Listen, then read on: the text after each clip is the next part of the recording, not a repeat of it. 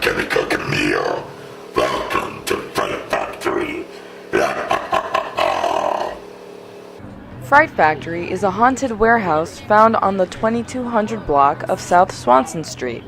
With actors busy getting their makeup done, Halloween enthusiasts wait outside to get scared. People jumping out at you, like probably from behind and like scaring me. But yeah, I don't really know what I expect to see, but I know that's what's gonna happen. The warehouse is divided into 3 main attractions: Industrial Nightmare, Southside Sanatorium, and Fright Factory Unholy.